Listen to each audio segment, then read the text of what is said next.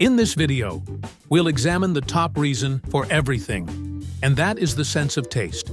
How does it work? Where does it come from? Is it only our imagination?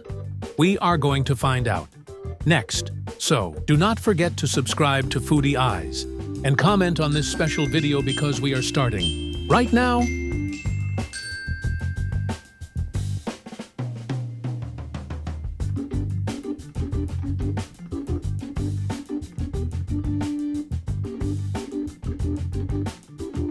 The poetics of taste.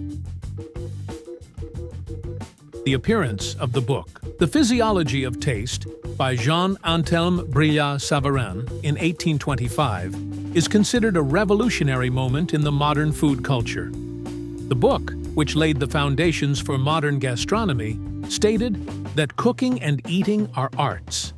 The book also established connections between wisdom and intellect and good taste.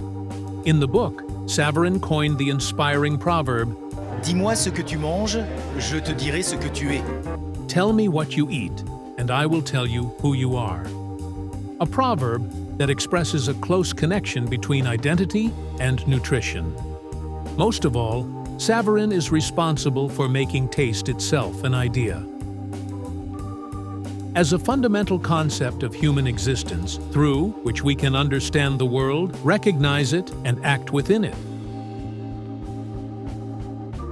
In the book, Savarin ties the taste to history, psychology, fashion, the theory of state and art.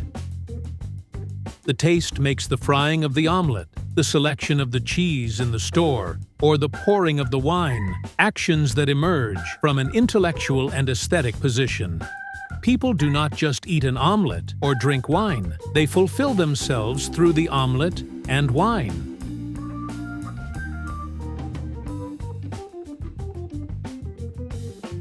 The taste is a unique idea because it is an idea that can be acquired.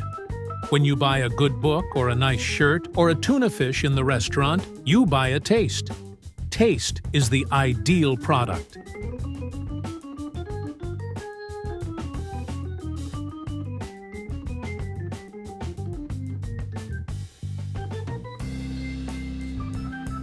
The idea of taste gives life a reason.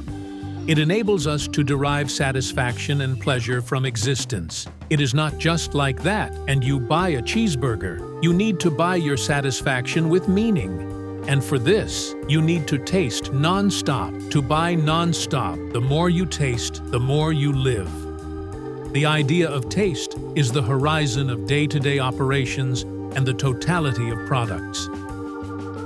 It sings on television, humming in commercials, scowling in pots, frantic in the book supplements, and traveling around the world. It is the globalization of the possibilities of existence, and it dominates society and culture in the Western world, while its invisible hand is ironing credit cards.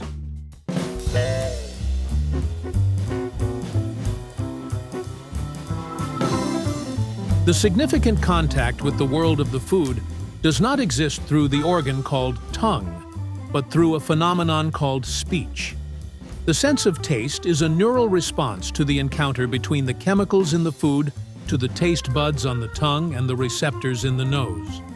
It is the language that feeds the taste of the neural response and the numb feeling, and gives them a role and meaning. The taste belongs to the mouth that speaks and not to the mouth that eats. An example of how food tastes can be changed quickly. Imagine yourself sitting next to a friend who is sinking into juicy chicken wings.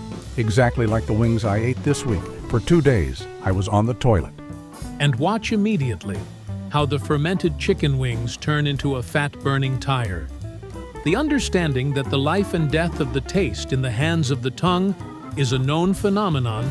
In order for food to taste, it must have a linguistic phenomenon. It must exist in a linguistic context. If the taste of food is a linguistic phenomenon, so our taste is not really ours, because taste has no existence of its own.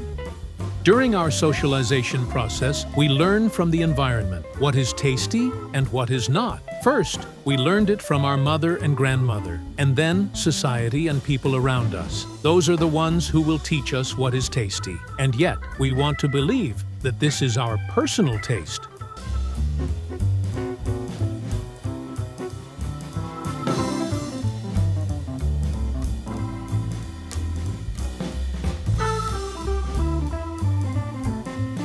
Lack of control is the central experience of eating.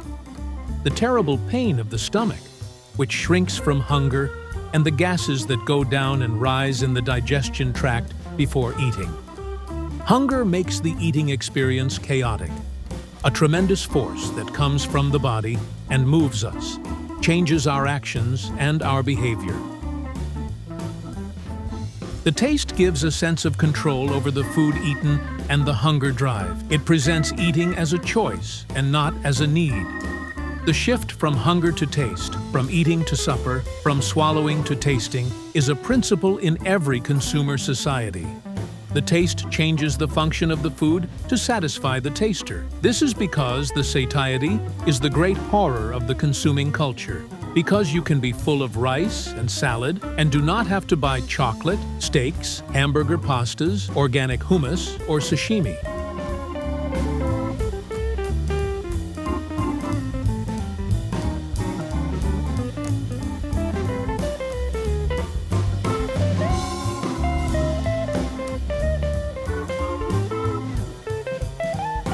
Desire for taste allows the satisfied to always be hungry.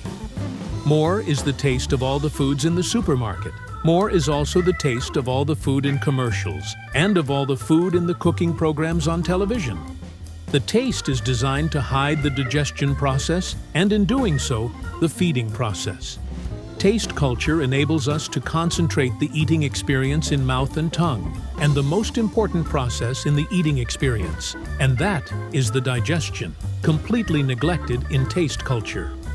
Just as we do not know the size of the cow and where our cheeseburger came from, we also have no idea what happens to it within the body, where and how it is sent, and what organs it reaches.